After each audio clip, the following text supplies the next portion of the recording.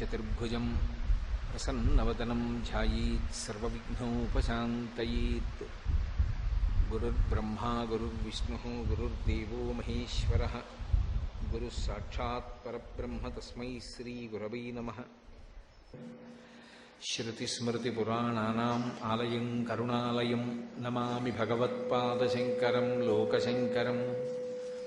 వాగర్ధావివ సంపృక్తౌ వాగర్ధప్రతిపత్తయే జగతః పితరౌ వందే పార్వతీ పరమేశ్వరౌ.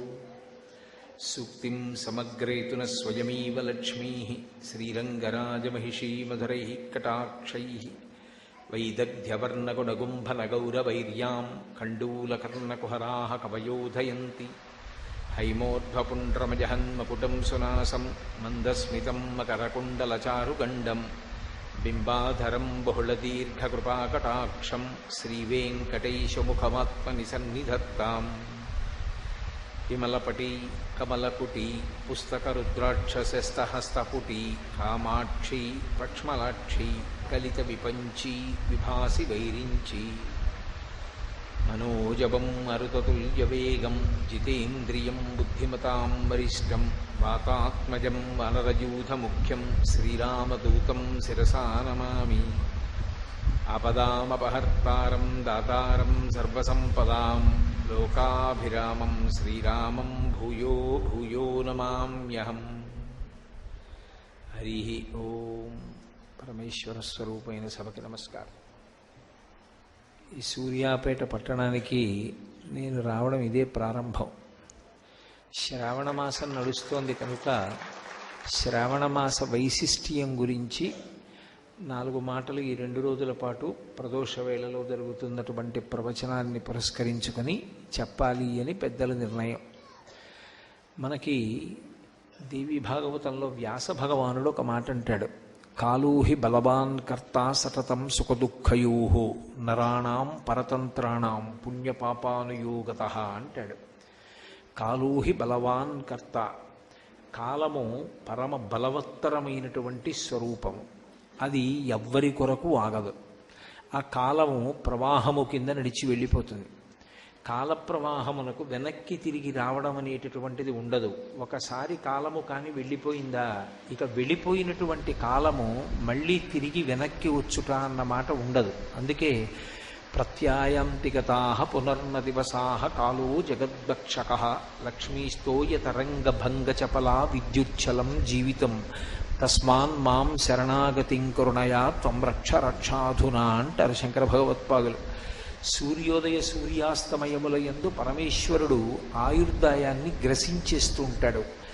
ఆ కాలమునందే మనం చేసినటువంటి పాపపుణ్యములకు ఫలితాన్ని పరమేశ్వరుడు ఇస్తాడు. ఇవాళ మన జీవుడికి జ్ఞాపకం ఉండకపోవచ్చు చేసినటువంటి పాపమేమి చేసిన పుణ్యమేమి అన్నది.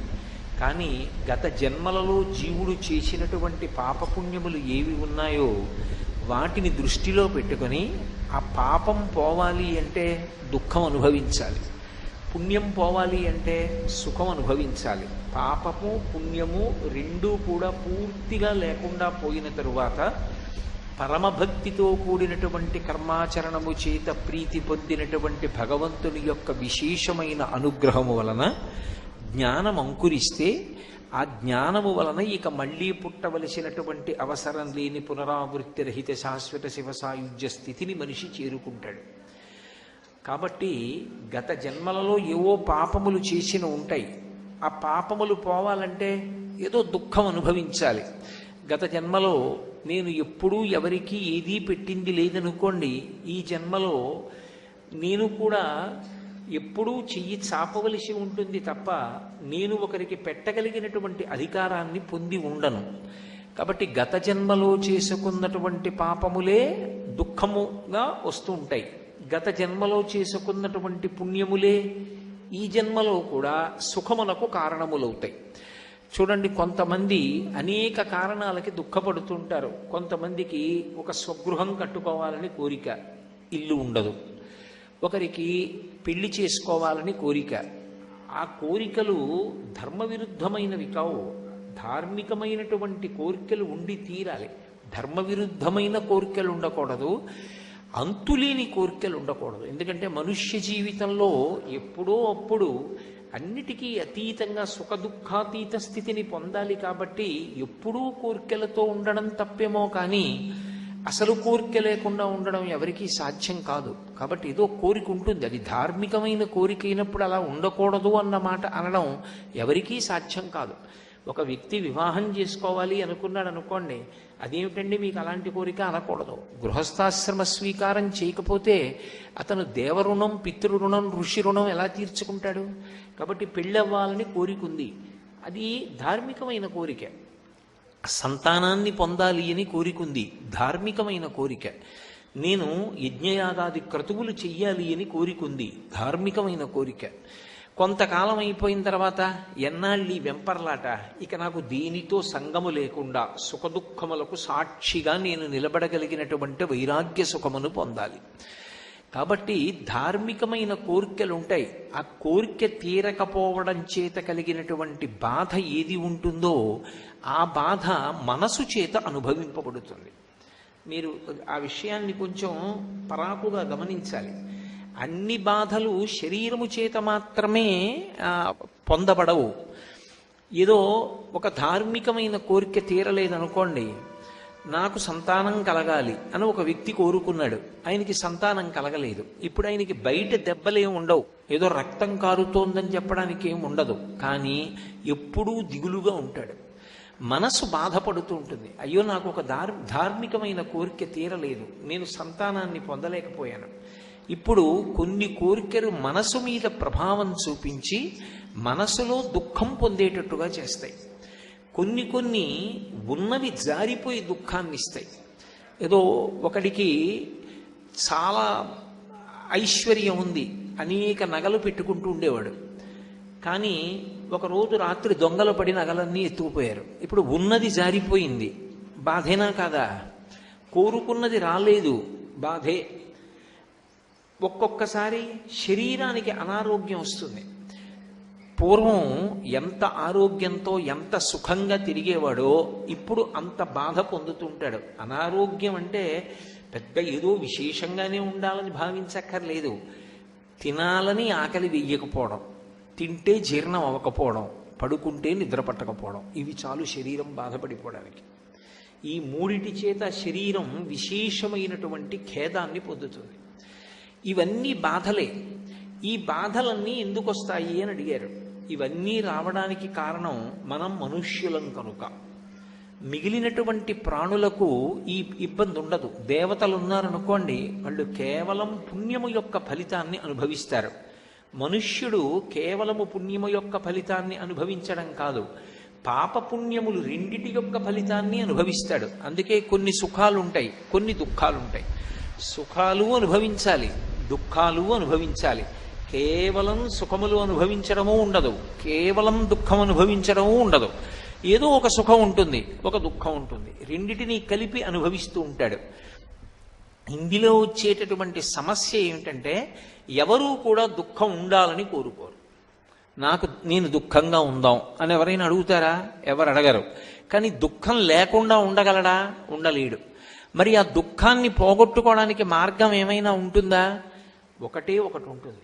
ఏమిటది అంటే, ఎవడు జ్ఞాపకం పెట్టుకుని దీనికి ఫలితాన్ని ఇస్తున్నాడో వాడే చేసిన తప్పుని కూడా క్షమించాలి. నేనిప్పుడో గత జన్మలలో చేసినటువంటి పాపాన్ని జ్ఞాపకం పెట్టుకుని ఇప్పుడు నాకు దుఃఖాన్ని ఇస్తున్నవాడెవరు? పరమేశ్వరుడు. ఆ పరమేశ్వరుడు నేను చేసినటువంటి తప్పుని క్షమించాడు అనుకోండి, క్షమిస్తే ఇక నాకు దుఃఖం ఉండదు. కాబట్టి లేనిది పొందాలన్నా, ఉన్నది నిలబడాలన్నా, దుఃఖమునకు కారణమైనది పోవాలన్నా, అథవా దుఃఖాన్ని తట్టుకోగలిగినటువంటి శక్తి కావాలన్నా ఇవ్వగలిగినటువంటి వాడు ఒక్కడే, వాడే పరమేశ్వరుడు. అందుకే భయకృద్ భయనాశన అంటుంది విష్ణు సహస్రనామ స్తోత్రంలో. భగవంతుడి గురించి మాట్లాడుతూ భయాన్ని కల్పించేవాడెవరు అంటే పరమేశ్వరుడే, భయాన్ని పోగొట్టేవాడెవరు అంటే పరమేశ్వరుడే. పరమేశ్వరుడే మనకి దుఃఖం కలిగేటట్టు చేస్తాడు. గత జన్మలలో చేసినటువంటి పాపమునకు ఫలితం ఇచ్చినప్పుడు, అదే పరమేశ్వరుడు క్షమించినప్పుడు మళ్ళీ మనసు ఖేదపడవలసినటువంటి అవసరం లేకుండా తృప్తి కలిగేటట్టుగా కూడా చేస్తాడు. రెండు చెయ్యగలిగిన వాడు ఒక్కడే. దుఃఖం ఇవ్వడానికి ఒకడు, సుఖం ఇవ్వడానికి ఒకడు ఉండరు. దుఃఖమిచ్చినా పరమేశ్వరుడే, సుఖమిచ్చినా పరమేశ్వరుడే. ఇది బాగా జ్ఞాపకం పెట్టుకోవాలి. అయినప్పుడు మనకి ఋషులు, దార్శనికులు వాళ్ళు ఏం చేశారంటే కాలమును విభాగం చేశారు. ఇలా కాలాన్ని విభాగం చెయ్యడం అనేటటువంటిది మీకు ఎక్కడా కనపడదు. ఒక అద్భుతమైన రీతిలో విభాగం చేశారు. ఒక సంవత్సరాన్ని ప్రమాణంగా తీసుకున్నారు. తీసుకుని ఉత్తరాయణము, దక్షిణాయనము అని 2 6 నెలలుగా విభాగం చేశారు. ఇందులో దక్షిణాయనమంతా ఉపాసన కాలం. అంటే ఇప్పుడు ప్రారంభమైందే ఇదంతా ఉపాసన. ఉపాసన అంటే ఆసన అంటే కూర్చొనుట, ఉప అంటే దగ్గరగా, భగవంతుడి గురించి ఎక్కువగా ఆలోచించి పుణ్యకర్మలు చెయ్యడానికి యోగ్యమైనటువంటి కాలమేదో దానికి దక్షిణాయనమని పిలుస్తారు. దక్షిణాయనము, ఉత్తరాయణము. దక్షిణాయనమంతా దేవతలకి రాత్రి, ఉత్తరాయణమంతా దేవతలకి పగలు. దేవతల దృష్టిలో మనకొక సంవత్సరం అయితే వాళ్ళకొక రోజు అవుతుంది. అందుకని ముందు ఒక సంవత్సరాన్ని ప్రమాణంగా తీసుకుంటారు. సంవత్సరం ఉత్తరాయణం దక్షిణాయనంగా విడిపోతుంది. మళ్ళీ ఈ దక్షిణాయనం ఉత్తరాయణం 12 నెలలుగా విడుతుంది. మళ్ళీ నెల ఒక ప్రమాణం. మళ్ళీ ఆ నెల శుక్లపక్షం కృష్ణపక్షంగా విడిపోతుంది. మళ్ళీ శుక్లపక్ష కృష్ణపక్షాల్లో ఒక రోజు ఒక తిథితో ఉంటుంది. మళ్ళీ ఆ రోజు రాత్రి పగలు అని 2గా విభాగం చెందుతుంది. మళ్ళీ ఈ రాత్రి పగలులో పగటిపూట, రాత్రిపూట నిద్రైపోతాం కాబట్టి పగటిపూట చేసేటటువంటి ఉపాసన తెల్లవారుజాము, మధ్యాహ్న కాలము, సాయంకాలము, ప్రదోష వేళ వరకు. ఇక చీకటి పడిపోయిన తరువాత భోగకాలం కాబట్టి చీకటి పడిపోయిన తర్వాత ఉపాసన ఉండదు. ఎక్కడో విశేషమైనటువంటి ఉపాసనలు ఉంటాయి. శివోపాసన యందు అర్ధరాత్రి కూడా అభిషేకం ఉంది. అలాగే నరసింహస్వామి వారి యొక్క ఉపాసన యందు అర్ధరాత్రి కూడా ఆయన్ని పూజ చేసేటటువంటి విశేషం ఉంది. తప్ప సామాన్యంగా ఇక చీకటి పడిపోయిన తర్వాత ఉపాసన ఉండదు. కాబట్టి మళ్ళీ రోజుని దృష్టిలో పెట్టుకున్నప్పుడు ప్రాతకాలము, మధ్యాహ్నము, సాయంకాలము అని ఉపాసన విడిపోతుంది. ఇందులో దక్షిణాయనం అంతా కూడా ఉపాసనా కాలం. ఇది భగవంతుడు మనస్సుని చూస్తూ ఉండేటటువంటి కాలం. అందుకే దక్షిణాయనం ప్రారంభమైంది అంటే శ్రీ మహావిష్ణువు నిద్రపోతారు. శ్రీ మహావిష్ణువు స్థితికారుడు. ఆయన స్థితికారుడు అన్న మాటకు అర్థం ఏమిటంటే ఎవరు ఏం చేస్తున్నారు అన్నదాన్ని ఆయన గమనిస్తూ ఉంటాడు. ఆయన గమనించడం అంటే మీరు ఒకటి గుర్తుపెట్టుకోవాలి, బయట చూపు చూడడు. వీడు ఎన్ని పువ్వులు తెచ్చాడు, వీడు ఎన్ని తులసి దళాలు తెచ్చాడు, వీడు ఎన్ని కొబ్బరికాయలు కొడుతున్నాడు, వాటితో ఆయనకి సంబంధం ఉండదు. వీడి మనసు ఎలా ఉన్నది అన్నది ఆయన చూస్తూ ఉంటాడు. మనసు భక్తితో ఉన్నదా, లోపల ఉన్న మనసుని చూడడానికి లోపలి నేత్రాన్ని తెరుస్తాడు. అందుకే బయట నేత్రాలు మూసుకుంటాడు. అందుకే ఆ నిద్ర తామసిక నిద్ర కాదు. మనందరం నిద్రపోయినట్టుగా అలిసిపోయి నిద్రపోడు. ఆయనకు అలసట ఉండదు. నిద్రాముద్రాం నిఖిల జగతి రక్షణీ జాగరూకం అంటారు. దక్షిణాయనం ప్రారంభమైంది అంటే తొలి ఏకాదశి అంటారు. ఇవాళ విశేషం ఏమిటి అంటే శ్రావణమాస శుక్లపక్ష ఏకాదశి నాడు మనం ప్రదోష వేళలో మాట్లాడుకుంటున్నాం. తొలి ఏకాదశి. తొలి ఏకాదశి నాడు విష్ణువు శయనంలోకి పెడతారు, నిద్రలోకి. అంటే ఆయన తామసికంగా నిద్రపోతారని కాదు దాని అర్థం. ఈ పైకన్నులు మూసుకుని మనోనేత్రం తెరుస్తారు. తెరిచి ఎవడి మనసు ఎంత భక్తితో ఉంది అన్నదాన్ని చూస్తూ ఉంటారు. అందుకే దక్షిణాయనంలో మనసు ఎంత భక్తితో ఉందో, మనం ఎన్ని పుణ్యకర్మలు చేశామో అవన్నీ కూడా విశేషమైనటువంటి ఫలితాన్ని ఇస్తాయి. మీరు ఒకటి గుర్తుపెట్టుకోండి, దక్షిణాయనం చాలా చాలా గొప్ప కాలం. చాలామంది తెలియక ఒక మాట చటుక్కుని అంటూ ఉంటారు, దక్షిణాయనం అంత ఉత్తమమైన కాలం కాదు అంటూ ఉంటారు. కానీ అది పొరపాటు మాట. దక్షిణాయనం పరమయోగ్యమైన కాలం. ఎందుచేతనో తెలుసా? అసలు ఉపాసనకి సంబంధించి మనం భగవంతుడికి సంబంధించి చేసేటటువంటి పూజలన్నీ కూడా, అటువంటి నైమిత్తిక తిథులన్నీ కూడా ఈ దక్షిణాయనంలోనే వస్తాయి.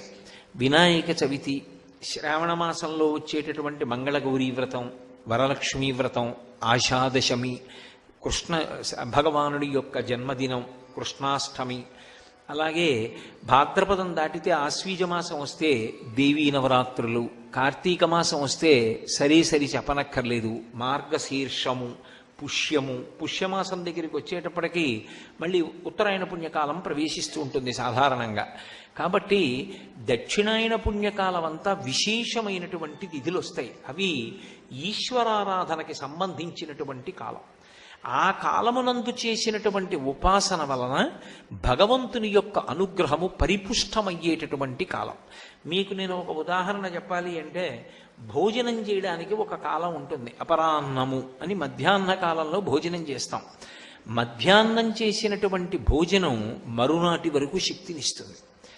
అలాగే దక్షిణాయనంలో చేసినటువంటి ఉపాసన కొన్ని కోట్ల జన్మలుగా జీవుడు తెచ్చుకున్నటువంటి అనేకమైన క్లేశములను తొలగించి అతనికి భద్రతని చేకూరుస్తుంది, మంచి పుణ్యాన్ని కట్టబెడుతుంది, భగవన్మార్గంలో నడిపిస్తుంది. అందుకే దక్షిణాయనం అత్యంత ప్రధానమైన కాలం.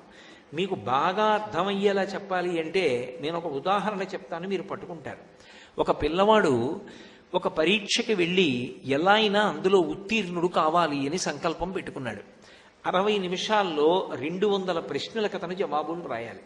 అతను రోజు ఏం చేస్తాడంటే గడియారం పెట్టుకుని 60 నిమిషాలలో నేను 200 ప్రశ్నలకి జవాబులు రాయడం అలవాటు కావాలి, మాదిరి ప్రశ్నాపత్రాలు తీసుకుని జవాబులు రాయడం మొదలు పెడతాడు. మొట్టమొదట 60 నిమిషాల్లో 50 ప్రశ్నలే రాస్తాడు. కానీ రోజు సాధన చెయ్యగా ఇక వారం రోజుల్లో పరీక్ష ఉంది అనేటప్పటికీ 50 నిమిషాల్లో 200 ప్రశ్నలు పూర్తయిపోతాయి. ఆ స్థాయికి వచ్చేసాడు. ఇప్పుడు అతను ఎంత గొప్ప ప్రశ్నపత్రం తెచ్చి అక్కడ పెట్టండి, గంట తనకు అక్కర్లేదు, 50 నిమిషాల్లో 200 ప్రశ్నలు పూర్తి చేస్తాడు. అతను ఇంట్లో 50 నిమిషాల్లో 200 ప్రశ్నలు పూర్తి చేయడం చేత అతనికి ఒక గొప్ప కళాశాలలో చదువుకోవడానికి అవకాశం ఇస్తారా? అతను పరీక్షకి వెళ్ళినప్పుడు 50 నిమిషాల్లో 200 ప్రశ్నలకి సక్రమమైన జవాబులు వ్రాస్తే మంచి కళాశాలలో చదువుకోవడానికి అవకాశం ఇస్తారా? పరీక్షలో వ్రాస్తేనే. తీరా పరీక్ష దగ్గరికి వెళ్ళి అతను పరీక్ష వ్రాయడం మొదలుపెట్టారు. అతనికి ప్రశ్నపత్రం ఇచ్చారు. ప్రశ్నాపత్రం విప్పి వ్రాయడం మొదలుపెట్టాడు. అతనికి చాలా ఇష్టమైన పాటలు ఎక్కడో దూరం నుంచి వినపడుతున్నాయి. అతని దృష్టి అటువైపుకి వెళ్ళిపోయింది. ఆ వినపడుతున్నటువంటి పాటల మీద దృష్టి పెట్టాడు. ఆ వేగం తగ్గిపోయింది. 60 నిమిషాలు అయిపోయింది. 60 నిమిషాల్లో 200 ప్రశ్నలు 50 నిమిషాల్లోనే చేయడం అలవాటు పడ్డవాడు 100 ప్రశ్నలు కూడా వ్రాయలేకపోయాడు.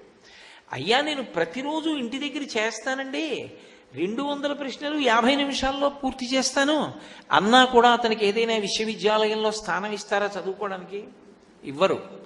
కానీ ఆ రోజున పరీక్షలో ఎవడు నిలబడ్డాడో వాడు మాత్రమే సరి అయినటువంటి స్థానాన్ని పొందుతాడు. అలాగే దక్షిణాయనాన్ని ఎవడు సరిగ్గా ఉపయోగించుకున్నాడో వాడి జీవుడు అభ్యున్నతిని పొందుతాడు. దక్షిణాయనం విద్యార్థికి పరీక్షాకాలం ఎటువంటిదో మనుష్య ప్రాణికి అంతటి ఉపాసన కాలం. ఈ కాలమునందు ఏది చేస్తామో అది విశేషమైనటువంటి ఫలితాలు ఇస్తుంది.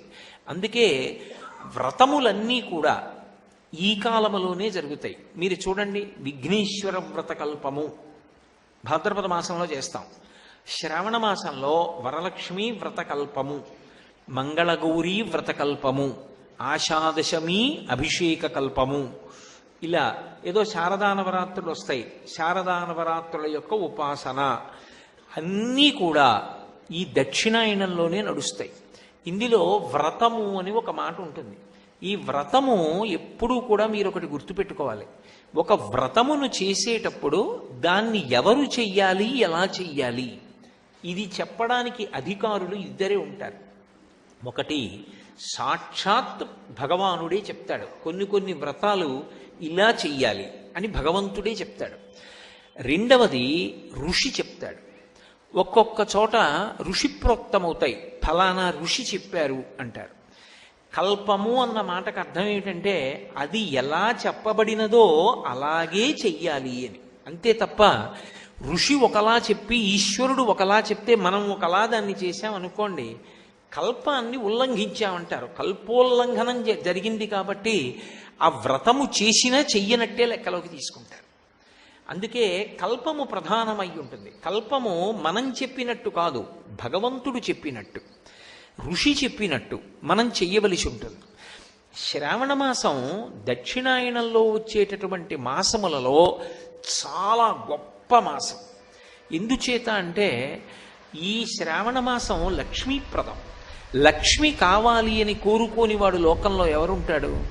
లక్ష్మి అన్న మాటకే అర్థం ఏమిటంటే అందరూ ఆమె యొక్క అనుగ్రహము కొరకు ఎదురు చూస్తారు.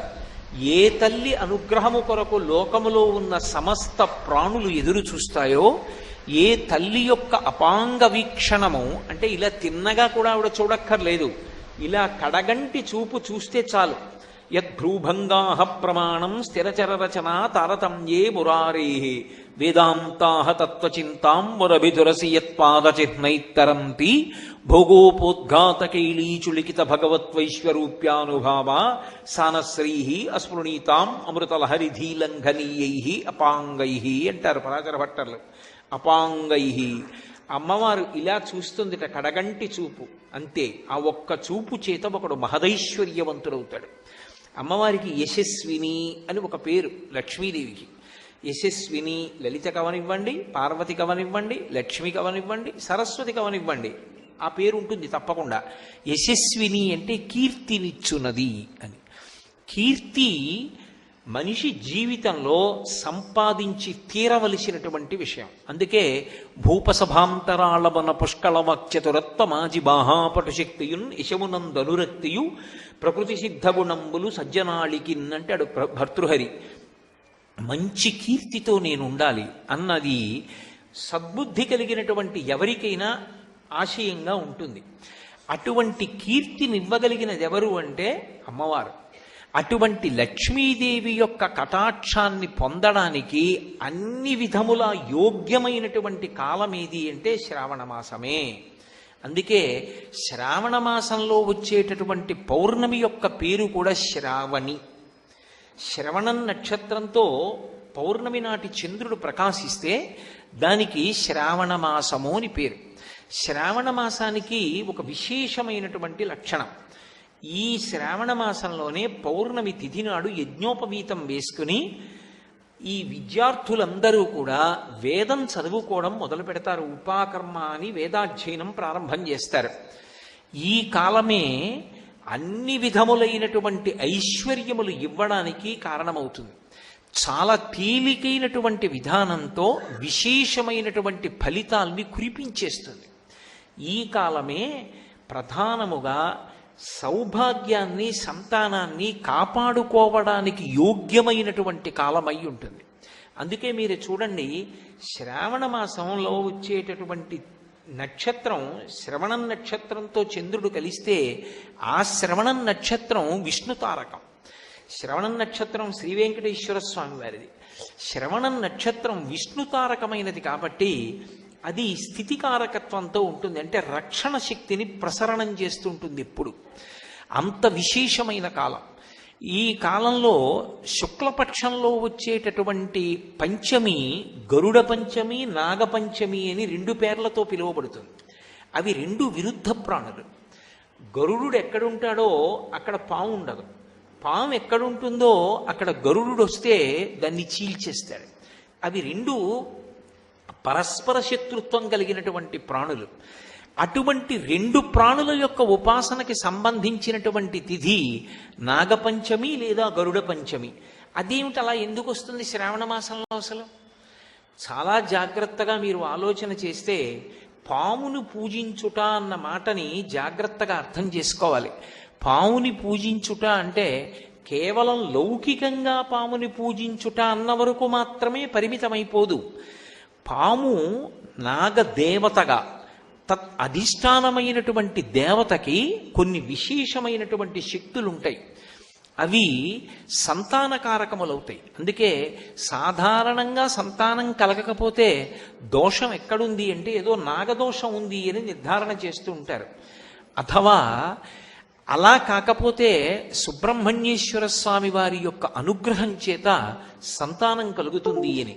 సుబ్రహ్మణ్యుడు జంటనాగులుగా ఎక్కువగా దర్శనమిస్తూ ఉంటాడు. దేవాలయాల్లో కూడా ఊర్ధ్వముఖంగా ఉన్నటువంటి పెనవేసుకున్న జంటనాగులుగా పూజింపబడుతూ ఉంటాడు.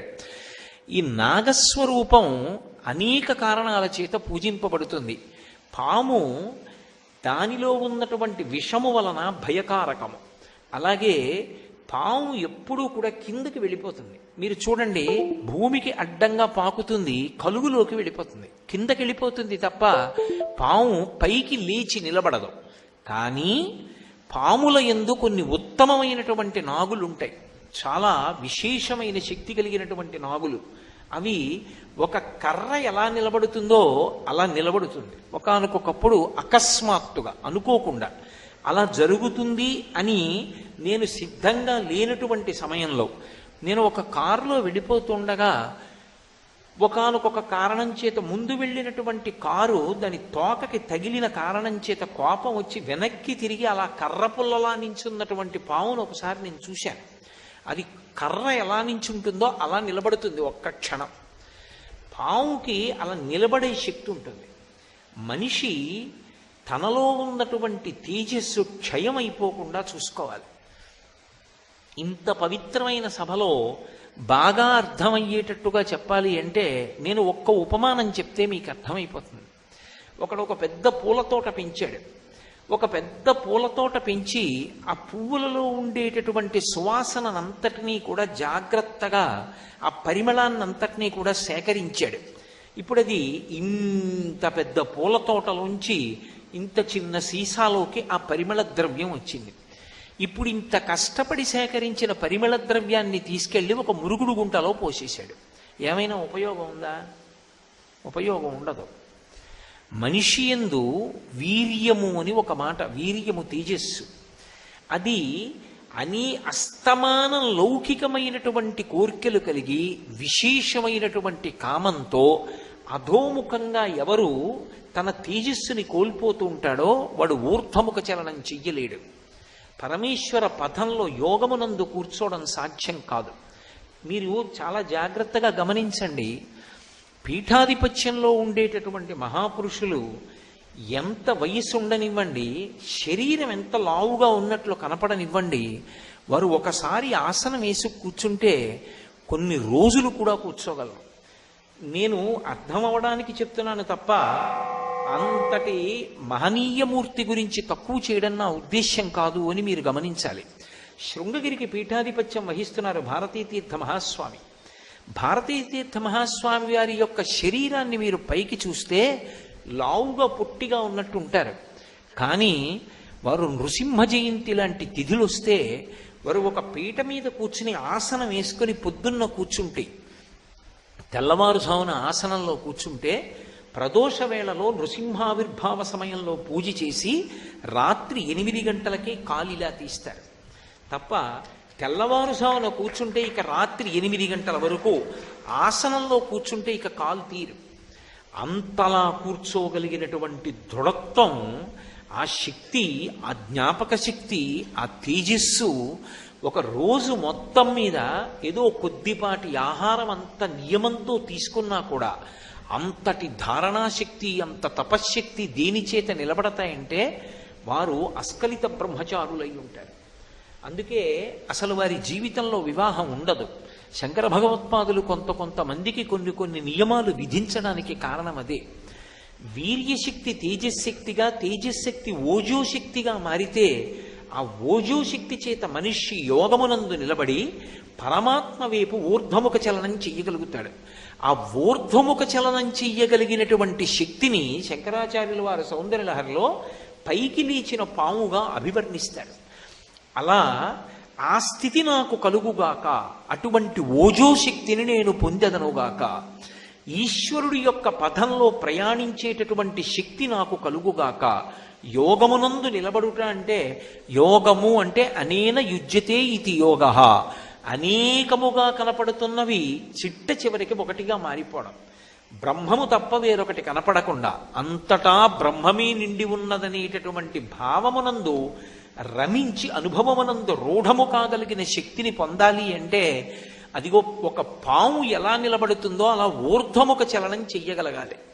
ఆ వీర్యము తేజస్సుగా, తేజస్సు ఓజస్సుగా మారాలి. అలా మార్చుకోగలిగినటువంటి కామజయాన్ని పొందగలిగినటువంటి శక్తి ఈశ్వరానుగ్రహము చేత పొందుతాడు. అందుకే నేను ఒక శ్లోకం చెప్తే మీకు అర్థమైపోతుంది. రఘువంశ కావ్యంలో రఘుమహారాజు గారి గొప్పతనం ఏమిటి అన్నారు. త్యాగాయ సమృద్ధార్థానాం సత్యాయ మితభాషిణాం యశసే విజిగీషూణాం ప్రజాయై గృహమీథినాం. అది రఘుమహారాజు గారి గొప్పతనం అన్నారు. త్యాగాయ సమృద్ధార్థానాం. రఘుమహారాజు గారు విశేషమైన ధనాన్ని సంపాదించాడు. దీని కొరకు త్యాగం, దానం చేసేశాడు. త్యాగేనైకే అమృతత్వమానసు. మన దగ్గర అట్టి పెట్టుకున్నది మనది ఎప్పటికీ కాదు. మనం దానం చేసింది పుణ్యంగా మారి మనతో వస్తుంది. ఇక్కడ ఉంచిన ద్రవ్యం ఇక్కడే ఉండిపోతుంది. మనతో వచ్చేది ఏది ఉంటుంది చివరికి? కింవానేన ధనేన వాదికరిభిప్రాప్తేన రాజ్యేన కింవా పుత్ర కళత్ర మిత్ర పశుభిర్దేహేన గేహేన కిం జ్ఞాతైతక్షణభంగురం సపతిరోత్యాద్యం మనోదూరత స్వాత్మార్థం గురువాక్యతో భజ భజ శ్రీ పార్వతీ వల్లభం అంటారు శంకర భగవత్పాదులు. సంపాదించినటువంటి ఐశ్వర్యం బ్యాంకు వాళ్ళు ఇచ్చినటువంటి పుస్తకంలో అంకెల రూపంలో ఉండిపోతుంది. కారు ఆఖరికి తనని తీసుకెళ్ళిపోవడానికి కొని తేవలసినటువంటి కర్రలు తీసుకురావడానికి కూడా అంతే వేగంగా, అంతే సంతోషంగా వెళ్తుంది. కడుపున పుట్టిన కొడుకు తల పగిలిపోయే వరకు ఉంటాడు. భార్య గుమ్మం వరకు ఉంటుంది. తనతో వచ్చేది చేసుకున్న పాపపుణ్యాలేవో అవి ఒక్కటే వస్తాయి. అందుకే కాయము వీడి జీవుడతి కంపిత చిత్తత నీగుచుండ ఓ నాయనయంచు ఎచ్చు నిజ నందన నందినులైన కాని కందోయిని భాష్పముల్ తెలుత దుఃఖమహాంబుది సొచ్చు పత్నియున్ కాయము వీడి రారు కదా. చేసిన కర్మము పుణ్యము తప్ప శంకర ఏమొస్తుంది? చేసిన కర్మము పుణ్యము ఇవే వస్తాయి వెంట. అందుకే మనిషిని ఊర్ధ్వముఖ చలనం వైపుకి ప్రయాణం చెయ్యి. అన్ని ప్రాణులు భూమికి అడ్డంగా పుట్టాయి, అడ్డంగానే పెరుగుతున్నాయి. ఓ కుక్క పిల్ల భూమికి అడ్డంగా పుడుతుంది, అడ్డంగానే పెరుగుతుంది వెన్నుపాం. మనం అడ్డంగా పుట్టి నిలువుగా పెరుగుతాం.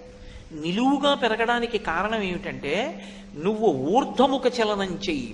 పరమాత్మని తెలుసుకునేటటువంటి పదంలో పైకి ఎదుగు, అంతేకాని నేలకు అడ్డంగా పడి బతకపు అని చెప్పడానికి పరమేశ్వరుడు వెన్నుపావుని నిటారుగా ఉంచుతాడు.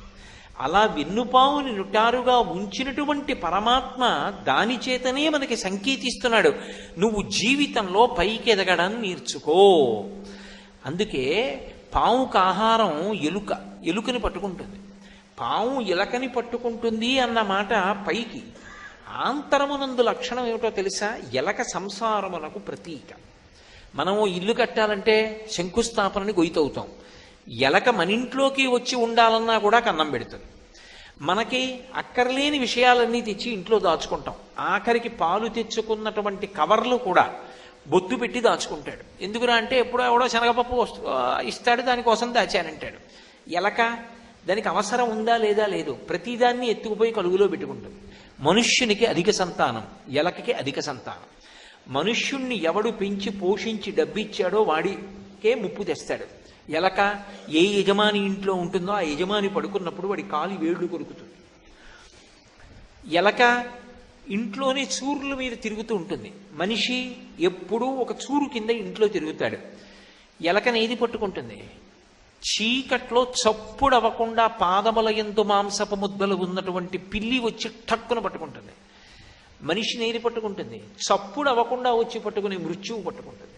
అందుకే ఎలకకి మనిషికి దగ్గర సంబంధం వేదాంతాల్లో. రెండు సంసారమునకు సంకేతములై ఉంటాయి. ఈ సంసారమునందు బ్రతుకుతూ ఎప్పుడూ అసలు భగవంతుడి వైపుకు ప్రయాణం చెయ్యడానికి కావలసినటువంటి సాధన ప్రారంభించాలన్న తాపత్రయం లేకుండా బతికేస్తూ పునరపి జననం పునరపి మరణం పునరపి జననీ జఠరీ శయనం ఇహ సంసారే బహుదుస్తారే కృపయాపారే పాహి మురారే. మళ్ళీ పుట్టి మళ్ళీ చచ్చి, మళ్ళీ పుట్టి మళ్ళీ చచ్చి, చిర్విత చిర్వినులైన వారికి జెచ్చర పుట్టునే పరులు చెప్పిననైనా ఏమిచ్చిననైనా కానలకు ఏగిననైనా అంటాడు ప్రహ్లాదుడు. అసలు ఆ హరిప్రబోధముల్ భగవంతుణ్ణి చేరుకుందామన్న కోరిక లేకుండా జీవితం అంతా గడిపేస్తున్న వాడు ఎవరున్నాడో వాడు ఎలక, వాణ్ణి పట్టుకునేది పాము. అంటే సంసారగ్రస్తమైనటువంటి జీవులకు సంసారమునందు బతికేస్తుండడం గొప్ప కాదు, కానీ ఎప్పుడో అప్పుడు ఈ జనన మరణ చక్రం నుంచి బయటపడాలి. సాధన ప్రారంభం చెయ్యి. ఒక్కసారి ఈ శరీరం వదిలిపెట్టావా ఇక సాధన అన్నది ఉండదు. కుక్క సాధన ఏం చేస్తుంది, పిల్లి సాధన ఏం చేస్తుంది, మనుష్యుడు ఒక్కడే సాధన చేయగలడు, భగవన్నామం చెప్పగలడు, ఒక ఉపన్యాసం వినగలడు, ఓ పుస్తకం చదవగలడు, ఒక గుడికి ప్రదక్షిణం చెయ్యగలడు, మన గుడి కార్యక్రమంలో దేవాలయాన్ని తుడవగలడు. కానీ మిగిలిన ప్రాణులు చెయ్యలేవు. మనుష్యునిగా వచ్చావు కాబట్టి మనుష్యుని యొక్క శరీరాన్ని సద్వినియోగం చేసుకుని ఉత్తమమైనటువంటి పథంలో ప్రయాణించడానికి కావలసినటువంటి వ్యవస్థని మనస్సు యందు సంకల్ప బలంతో ఏర్పరచుకో అని చెప్పడం. నాగపంచమి నాడు ఆ పావుని పూజ చేయడం ఇన్ని కారణముల చేత. అంటే నేను ఇంకా కొద్దిగా విహంగ వీక్షణంగా మాట్లాడుతున్నాను. పావుని పూజ చేయడము అంటే ఏదో అర్థం పర్థం లేకుండా చేతకాక పూజ చేస్తున్నారనుకోకూడదు. పాము సంతానకారకత్వం దగ్గర నుంచి పాము అనేక విషయాల్ని మనకి ప్రబోధం చేస్తుంది. అందుకే మీరు జాగ్రత్తగా గమనించండి, అసలు దేవతలు ఎవరికీ కూడా పాముతో సంబంధం లేకుండా ఉండరు. శ్రీ మహావిష్ణువు ఆదిశేషుడి మీద పడుకుంటాడు, పరమశివుడు నాగాభరణుడై మెడలో పాములు వేసుకుంటాడు, చేతులకి కూడా పాములు కంకణాలుగా పెట్టుకుంటాడు. అసలు విఘ్నేశ్వరుడు నాగ యజ్ఞోపవీతం వేసుకుంటాడు, పామునే యజ్ఞోపవీతంగా వేసుకుంటాడు. శ్రీకృష్ణ భగవానుడు కాళీయమర్దనంలో ఆయనకి ఏ రంగస్థలం పనికి రాలేదు. ఆయన కాళీయుని యొక్క పడగల మీద తాండవం చేశాడు. మీరు ఎక్కడ చూడండి, చివరికి సహస్రారమని పాము పడగలు ఎలా ఉంటాయో శ్రీ విద్యా సంప్రదాయంలో ఆ సహస్రారమును చేరుకున్నప్పుడు అలా ఉంటుంది అని. కాబట్టి పాముతో సంబంధం లేనటువంటి దేవతలు ఉండరు. అందరికీ పాముతో సంబంధం ఉంటుంది. పాముతో సంబంధం ఉండడానికి కారణం ఏమిటంటే అది సంసారగ్రస్తమైనటువంటి జీవుణ్ణి సంసారము నుండి విడుదల చేస్తుంది. విడుదల చేసి ఉన్నత పదం వైపుకి నడిపించడానికి సంకేతం పాము. అందుకని విరుద్ధ ప్రాణులుగా ప్రకటింపబడవు అక్కడ. నాగపంచమి నాడు నాగదేవతలందరినీ పూజ చెయ్యండి అన్న మాటకి, లేదా వారందరికీ ప్రతినిధిగా అమ్మవారిని పూజ చెయ్యండి అంటారు. ఎందుకు అమ్మవారిని పూజ చేయడం? శ్రావణ మాసం ప్రత్యేకించి ప్రకృతి సంబంధమైన పూజలు. అసలు లక్ష్మీదేవి యొక్క మొదటి నామమే ప్రకృతి. అందుకే ప్రకృతిం వికృతిం విద్యాం అని కదా మొదలు పెడతాం. ప్రకృతి స్వరూపిణి అయినటువంటి అమ్మవారి యొక్క అనుగ్రహము అజ్ఞానము నుండి విడుదల పొందడానికి కారణమవుతుంది. అదే రోజు గరుడ పంచమి కూడా. గరుత్మంతుడు ఏం చేస్తాడు అంటే బాహ్యంలో పక్షి రూపంలో ఉంటాడు అని మనం చెప్తాం. కానీ మహాభారతంలో నన్నయ్య గారు ఆతత పక్షమారుత వ్రయకంపిత ఘూర్ణితాచల వ్రాత మహర్ణవుండు అని పిలుస్తాడు. గరుత్మంతుడు రెక్కలు అల్లారుస్తూ వస్తున్నప్పుడు ఆయన రెక్కలలోంచి వేదనాదం వస్తుంది. ఆయన వచ్చాడనుకోండి, పాము పారిపోతుంది. ఏ పాము పారిపోతుంది? కలుగులోకి వెళ్ళిపోయే పాము పారిపోతుంది. అంటే సాంసారికమైన అనురక్తిని తగ్గించి వైదికమైన జీవన విధానం ఇచ్చి భక్తితో కూడిన కర్మాచరణం వైపుకి నడిపించగలిగినటువంటి తత్వము గరుత్మంతుని యందు నిక్షేపింపబడి ఉంది. అందుకే వహిస్తాడు, ఇప్పుడు వాహనమై ఉంటాడు. ఆయనకి నమస్కరించకుండా విష్ణు దర్శనం చెయ్యం. వాహనము అంటే వహించుట, అంటే లోపల ఎప్పుడూ పెట్టుకుని ఉంటాడు అని అర్థం. వహించుట అంటే ఏదో రోజు పల్లకి పట్టుకుని ఎలా తిరుగుతాను చెప్పండి. ఒక భక్తుడు భగవంతుణ్ణి మనసులో వహించాడు అంటే దాని అర్థం ఎప్పుడూ ఓ పల్లకి ఓటు పట్టుకు తిరుగుతుంటాడైనా దాని అర్థం. లేకపోతే ఓ పళ్ళెంలో భగవంతుడు మూర్తి పెట్టి నెత్తి మీద పెట్టుకు తిరుగుతుంటాడనే కాదు. ఆయన ఉచ్ఛ్వాస నిశ్వాసల్లో ఊపిరిలో ఎప్పుడూ భగవంతుడి గురించిన ఆలోచనే. అలా ఆలోచిస్తూ ఇక్కడ పెట్టుకుంటాడు భగవంతుణ్ణి. భృంగీచ్ఛా నటనోత్కట కరిమదగ్రాహీ స్ఫురన్మాధవాహ్లాదో నాదయుతో మహాసితవపు పంచేషు నాచాధృత సత్పక్ష సుమనో వనేషు సపున సాక్షాన్మదీయే మనోరాజీవ్యో భ్రమరాధిపో విహరతాం శ్రీశైలవాసీ విభూ. పాదలు భృంగీచ్ఛా నటనోత్కట కరిమదగ్రాహీ స్ఫురన్మాధవా. ఆయన భక్తి అనేటటువంటి మకరందంతో కూడుకున్నటువంటి హృదయం అన్న పుష్పం ఎక్కడుందో అక్కడికి మల్లికార్జునుడు మగ తుమ్మెద, ఆడ తుమ్మెద భ్రమరాంబిక, వాళ్ళిద్దరూ ఈ లోపలికొచ్చి ఝంకారం చేస్తూ ఎగురుతూ ఉంటారు. ఎప్పుడు ఆ హృదయమన్న పువ్వు మీద వాలి అందులో ఉన్నటువంటి భక్తి అనబడేటటువంటి తేనెని తాగుతుంటారు రసగ్రాహి. ఆ తుమ్మెదల జంట ఇక్కడ ఉండాలి అంటే ఈ హృదయ కుహరమునందు, హృదయ పద్మమునందు ఎప్పుడూ భగవంతుడి గురించినటువంటి స్మరణలు ఉండాలి. పానీయంబులు త్రాగుచున్ కుడుచుచున్ భాషించుచున్ హాసలీలా నిద్రాదులు చేయుచున్ తిరుగుచున్ లక్షించుచున్ సంతత శ్రీనారాయణ పాద పద్మయుగళీ చింతామృతాస్వాద సంధానుండై మరచన్ సురారిసుతుడే తద్విశ్వమున్ భూవరా అంటారు పోతన గారు ప్రహ్లాదోపాఖ్యానంలో.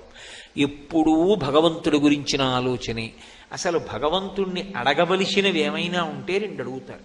అందుకే వెంకటేశ్వర సుప్రభాతం చేస్తే అందులో ఒక మాట అడుగుతారు, అజ్ఞానినామయా దోషాన శేషాన్ విహితాన్ హరే క్షమస్వత్వం క్షమస్వత్వం శేషశైల శిఖామణే.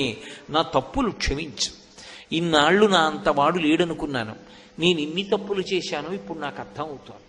అసలు ఒకప్పుడు నేను ఇప్పుడు ఆ సందర్భం ఎందుకు కానండి, అసలు చదువుకొనుట అన్న మాటకు అర్థం ఏమిటి అంటే వాడు చదువుకున్నవాడు అన్న మాటకు అర్థం ఏమిటంటే నేను చదువుకోనివి చాలా ఉన్నాయని తెలుసుకున్నవాడు. నాకన్నీ వచ్చు అనుకున్నాడు అనుకోండి, వాడికి ఏమీ రాదు అని గుర్తు.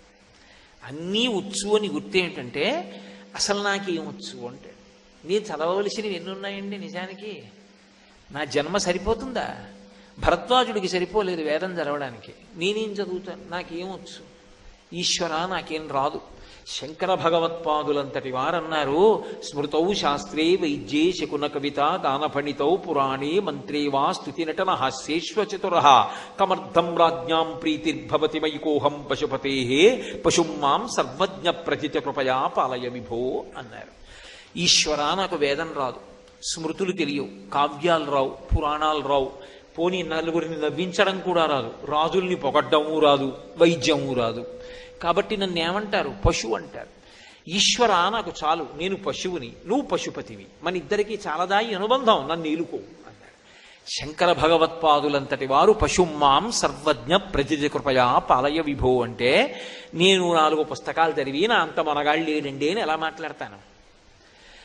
నేను చదవడం మొదలుపెట్టానని గుర్తేమిటంటే నాకు తెలియనివి చాలా ఉన్నాయని తెలుసుకోవడమే చదువులలోకెల్లా గొప్ప చదువు. చదువులలోని మర్మమెల్ల చదివితి తండ్రి అంటాడు ప్రహ్లాదుడు. అందుకని వినయం వచ్చింది. వినయం ఎప్పుడు వస్తుంది? నాకు ఇది తెలియదంటే వినయం వస్తుంది. నాకు తెలియంది ఏముందంటే అహంకారం వస్తుంది. ప్రహ్లాదుడికి అంత వినయం ఎందుకు వచ్చిందంటే నాకేం తెలుసు అన్నాడు. మహాత్ములైన వారెవ్వరూ కూడా నాకు తెలియంది ఏమిటి అనలేదు, నాకేం తెలుసు అన్నాడు. నాకేం తెలుసు అనడానికి చాలా సంస్కారం ఉండాలి, నాకేం తెలియదు అనడానికి కుసంస్కారం ఒక్కటి చాలు. కాబట్టి అంతటి వినయ సంపద ఏర్పడేటట్టుగా మనిషి జీవితం అభ్యున్నతి పథంలో నడవడానికి కావలసిన రీతిలో అధ్యవసాయముతో కూడుకున్నటువంటి బుద్ధితో కూడినదై ఉండాలి అంటే దానికి మొట్టమొదట ఉండవలసినది ఏది అంటే ఆ వినయం ఉండాలి. శాస్త్రము మీద నమ్మకం ఉండాలి, వేదం మీద నమ్మకం ఉండాలి, శాస్త్రాన్ని నమ్మాలి, వ్యాసుడు వంటి మహాపురుషుల మీద నమ్మకం ఉండాలి, గురువు మీద నమ్మకం ఉండాలి.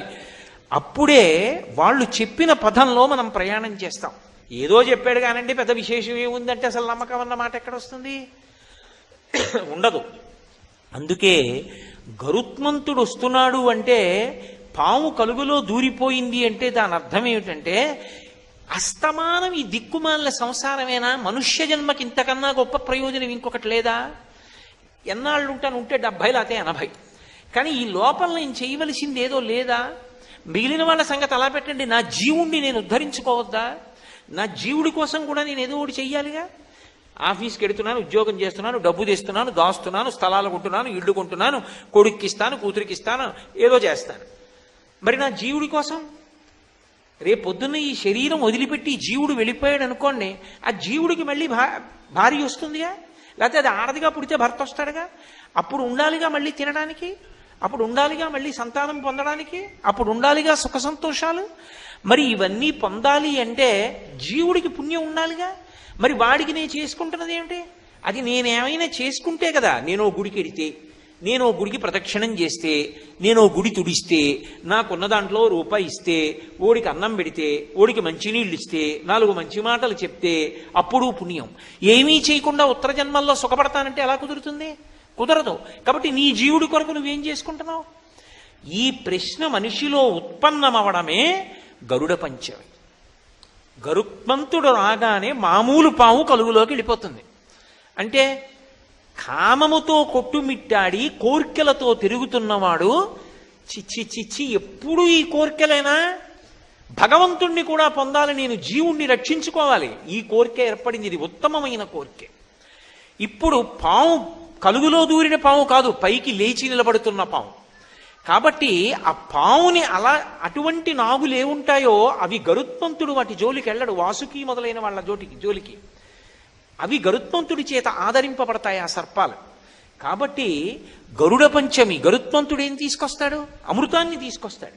గరుత్మంతుడు జీవితంలో చేసేటటువంటి గొప్ప పనులు ఏమిటి అంటే 2.